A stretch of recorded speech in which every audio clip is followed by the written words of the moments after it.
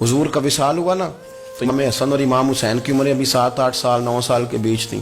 تو حضرت مولا علی شیر خدا رضی اللہ تعالیٰ عنہ کے ساتھ امام حسن آئے مسجد میں. تو ممبر پہ بیٹھے ہوئے دیکھا حضرت ابوبکر صدیق کو, تو کہنے لگے نیچے اترنا, میرے نانا کا ممبر ہے.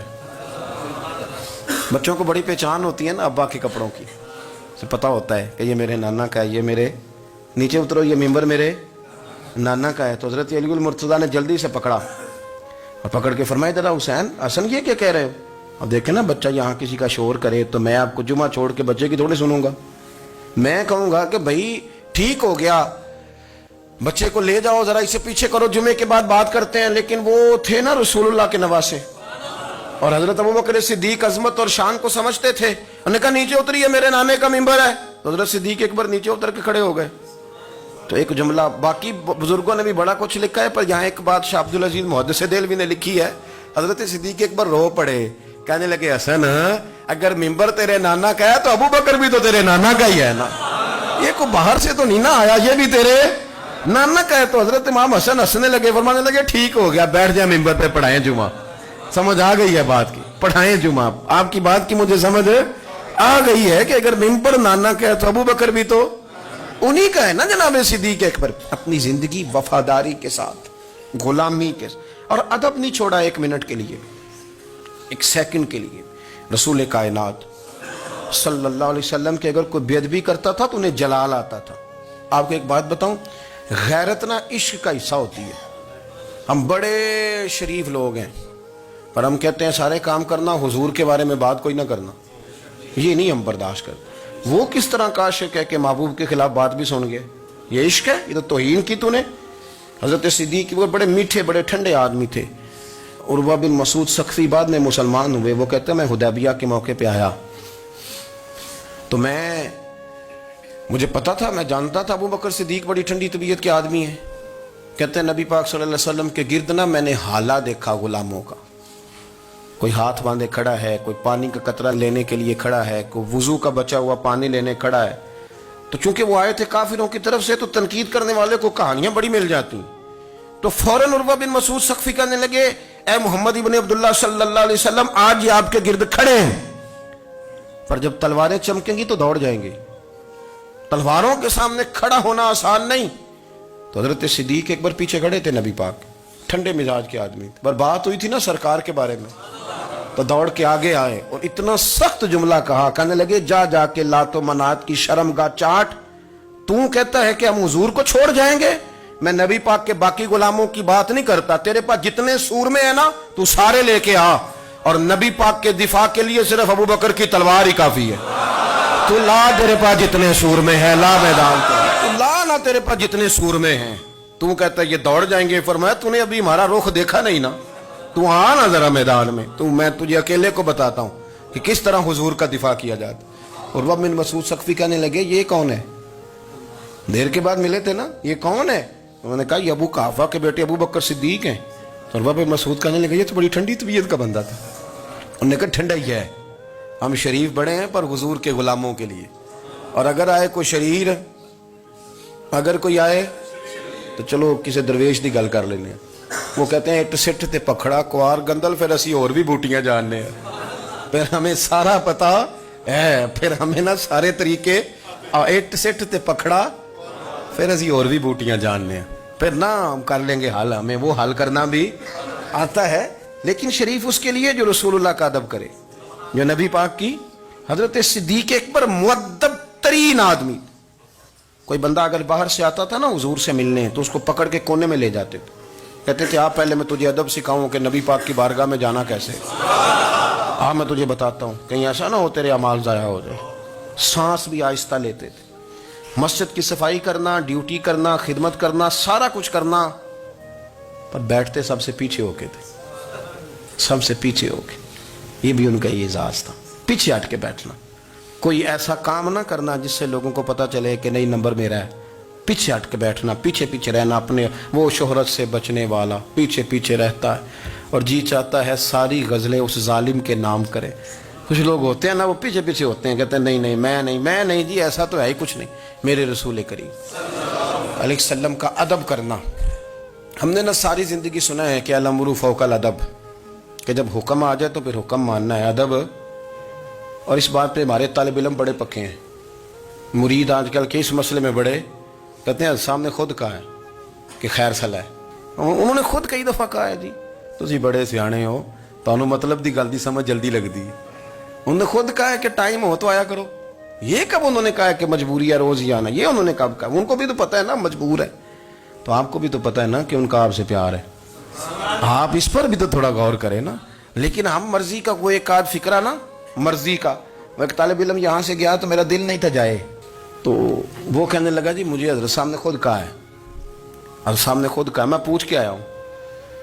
تو جو ہمارے کچھ سنگی تھے بیچ میں پیار والے، وہ کہنے لگے آندہ میں پوچھ کے آیا. میں کیا آندہ وہ بھی ٹھیک ہی ہے. تو انہوں ساکھیا سی میں جاواں تو میں انہوں کی آندہ. میری بات کی سمجھ آئی ہے نا جی. جب ارادہ ہوا تو پھر ابے کو منا کے بھی آ گئے. جب ارادہ ہوا تو ابا جی کو میں نے جانا ہے بزرگوں کے پاس ملنے جانا ہے. اور جب ارادہ نہ ہوا تو کہنے لگے حضرت صاحب نے خود فرمایا ہے کہ ابا راضی ہوگا تو اللہ راضی ہوگا. چھٹی مرضی کا ہے نا مزاج، تو مرضی کی کہانی. تو میں الحمدللہ مجھے تھوڑا سا پتہ ہے، ویسے بھی اپنے بال بچے کا پتہ ہوتا ہے.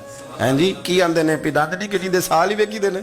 مجھے بھی پتہ ہوتا ہے کہ آج کہاں کہاں کس کس انداز میں کیا کیا کہانی ہے، کہاں کہاں کیا سٹوری ہے. تو کبھی کبھی یہ سارا پیار ہی ہے، یہ بھی سارا اس میں بھی پیار ہی ہے. پتہ چل جاتا ہے کہ کل کہاں سے بات کر رہا تھا اور آج بات کہاں کر رہا ہے. یہ اپنا اپنا مزاج ہوتا ہے نا، اپنی طبیعت کے مطابق چلنا ہے. سنا یہی ہے کہ الامر فوق الادب، کہ جب حکم مل جائے تو پھر ادب نہیں کرنا، پھر حکم پہ. پر حضرت صدیق اکبر نے نرالا ہی کام کیا. حضور سید عالم صلی اللہ علیہ وسلم ایک صلح کرانے گئے، فرمایا میں دیر سے آیا تو جماعت کرا لینا. عصر کی نماز کا وقت ہو گیا، سیدنا بلال حبشی نے اقامت پڑھ دی. صدیق اکبر مصلی پہ کھڑے ہو گئے. اتنی دیر میں حضور بھی آ گئے. نماز میں لقمہ وہ دے گا جو نماز میں شامل ہو. ٹوٹیوں پہ کھڑا بندہ لقمہ نہیں دے گا. پہلے وہ آ کے اللہ اکبر کا شامل ہو پھر لقمہ دے. حضور آئے، صحابہ نے ہاتھوں پہ ہاتھ مارنے شروع کیے، اطلاع کر رہے ہیں کہ لوگوں حضور آ گئے.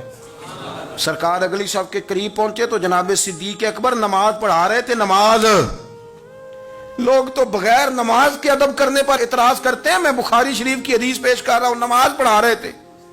انہیں پتہ چل گیا نا حضور آئے ہیں، تو ایک قدم نماز سے پیچھے ہٹا لیا. نماز پڑھا کہ میں تے ول ویکھاں، او میں کعبہ بھول گیا آئی. ہن بھول گئیاں نی سب صوم صلاتاں، اکو یار دا فکر پیا آئی. حضرت صدیق اکبر نے ایک قدم پیچھے ہٹایا تو حضور نے فرمایا ابو بکر پڑھاؤ نماز. پھر دوسرا قدم پیچھے ہٹایا تو فرمایا پڑھاؤ نماز. تیسرا قدم پیچھے ہٹایا. ہم نے آج تک یہی سنا ہے کہ حکم ہو جائے تو حکم ماننا ہے، ادب. اور ہمارے ہاں یہی ہوتا ہے، پھر لوگ حکم ہی مانتے ہیں، پھر ان کو ادب بھول جاتا ہے. لیکن جناب صدیق اکبر 3 دفعہ حکم آیا پر پیچھے ہٹ گئے. حضور مصلی پہ گئے، نماز پڑھائی. نماز کے سلام کے بعد نا حدیث میں مختلف حکم آیا. استغفار پڑھو، اللہ اکبر کہو، آیت الکرسی پڑھو، 33 بار سے مختلف اذکار آئیں. پر حضور نے آج کوئی ذکر نہیں، کوئی وظیفہ نہیں. سلام پھیرتے کہ ابو بکر میں نے جو 3 دفعہ کہا تھا نماز پڑھاؤ تو پڑھائی کیوں نہیں؟ ایک دفعہ نہیں 3. کبھی کبھی ہم بھی ناراض نہیں ہو جاتے، تینوں 100 بار ہی آکھیا ہے. کہا 3 دفعہ جو کہا تھا نماز پڑھاؤ تو پھر پڑھائی. تو حضرت صدیق اکبر رو پڑے، ہاتھ دونوں باندھ دیے، گھٹنے زمین پہ رکھ دیے. عرض کرنے لگے کیا جملہ ہے، کیا ترتیب ہے. عرض کرنے لگے یا رسول اللہ، ابو قحافہ کے بیٹے کی اتنی بھی جرت نہیں کہ مدینے والے رسول کو نماز پڑھائے. میں اتنا بھی جرت مند نہیں ہو گیا حضور، میں کیسے آپ کے آگے کھڑا رہتا اور آپ میری، یعنی این نماز کی حالت میں، این حالت نماز میں بھی ادب. نماز پڑھا کہ میں تین وال ویکھاں. ان کعبہ بھول گیا میں نے بھول گئی نہیں سب صوم صلاتاں، اکو یار دا فکر پہ آئی. دوستو حضرت ابو بکر صدیق رضی اللہ تعالیٰ عنہ کا عشق، ان کا پریم، ان کا پیار، ان کی باتیں. ایک دن نا حضور کے وصال کے بعد اچانک نہ اس طرف جا رہے ہیں، خاصے مسجد سے دور چلے گئے. تو حضرت عمر تھوڑا طبیعت کو جانتے تھے، جناب عمر پیچھے دوڑے، کہنے لگے کدھر جا رہے ہو؟ چپ کر گئے. کیا ہوا، کدھر جا رہے تھے؟ ابو بکر سیانے بندے ہو، امیر المومنین ہو، کہاں جا رہے؟ تو رو پڑے. کہنے لگے ایک دفعہ نا حضور سفر پہ گئے ہوئے تھے تو اس طرف سے واپس آ گئے تھے، تو مجھے خیال آیا شاید اس طرف سے آ نہ رہے ہوں. حضرت عمر رو پڑے. کہنے لگے ابو بکر اب تو حضور نے پردہ کر لیا. جنہاں دے دل بر جانی وچھڑن کون روے پھر تھوڑا. سب روگاں دا روگ محمد جس دا نام آپ ساری سیرت کی کتاب میں پڑھ لیں گے. ابو بکر صدیق کا وصال کس بیماری سے ہوا؟ لوگوں نے قول کیے ہیں کہ وہ سانپ کا زہر آ جاتا تھا، فلان چیز تھی، لیکن کو بندہ وجہ تلاش کر سکا؟ کیا وجہ تھی وصال ہو گیا؟ کیا بیماری تھی؟ کیا تکلیف تھی؟ باقی وجوہات آپ کو ملیں گی. حضرت عثمان غنی شہید ہو گئے، حضرت عمر شہید ہو گئے، مولا علی، ابو بکر صدیق چلے گئے 63 سال کی عمر. وجہ کوئی نہیں بتائے گا.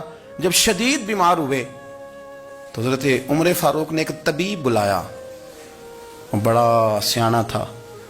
اس نے سارا چیک کیا تو نباز تھا. کہنے لگا یار کوئی بیماری تو سمجھ میں نہیں آتی. تو حضرت عمر تھوڑا سا جلال میں، یرانہ تھا نا، جلال میں کہنے لگے ابو بکر مسئلہ کیا ہے؟ دن بہ دن کمزور ہوتے جا رہے، نماز پڑھانے کھڑے ہوتے تو ٹانگیں کانپتی ہیں، مسئلہ بتائیں کیا ہے؟ طبیب اتنا بڑا ہے، یہ تو بندہ کا چہرہ دیکھ کے بیماری بتا دیتا ہے، اور یہ کہہ رہا ہے کوئی بیماری نہیں. تو حضرت صدیق ایک بار خاموش ہیں. پھر حضرت عمر کہنے لگے ہم سارے آپ کی وجہ سے چلتے ہیں، لوگ سارے پریشان ہیں، آپ حضور کے جانشین بتاتے کیوں نہیں؟ جب تیسری دفعہ کہا تو حضرت صدیق ایک بار کہنے لگے عمر زیادہ باتیں نہ کر، تجھے پتہ نہیں مجھے کیا بیماری ہے؟ نہیں پتا تو میں بتاؤں؟ نہیں پتا تجھے؟ بول.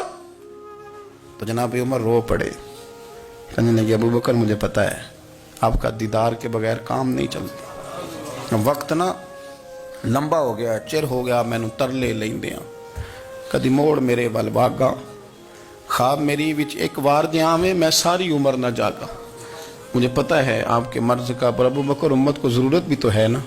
تو حضرت صدیق ایک بار کہنے لگے بس ہو گئی ہے، اب میری وصیت یاد رکھنا، جب میں دنیا سے جاؤں تو اٹھا کے میرا جنازہ قبر رسول پہ لے جانا، اور پہلے پوچھ لینا کہ ابو بکر حاضر ہے، اجازت ہو تو مجھے دفن کر دینا، ورنہ جنت البقیع میں. تو لوگ کہتے ہیں ابھی جنازہ ہی رکھا ہی تھا کہ دروازہ اندر سے خود بخود کھل گیا، اور آواز آئی اب دیر نہ کرو، محبوب کو محبوب کے ساتھ ملا دو. پانی پر نہ سہیلیاں رنگا رنگ کڑے، اسی پریا اس دا جانی جس دا. میں نے شروع میں ایک بات کی تھی کہ اپنی خواہشات کو نا حضور کا غلام بنا دیں، سوچیں سمجھیں کہیں وہ لفظ جو مدینے والے رسول کو پسند ہیں، پھر دیکھنا مسلمان ہونے کا مزہ آئے گا، پھر ذائقہ نصیب ہوگا. اللہ ان کے درجات بلند فرمائے. آخر دعوانا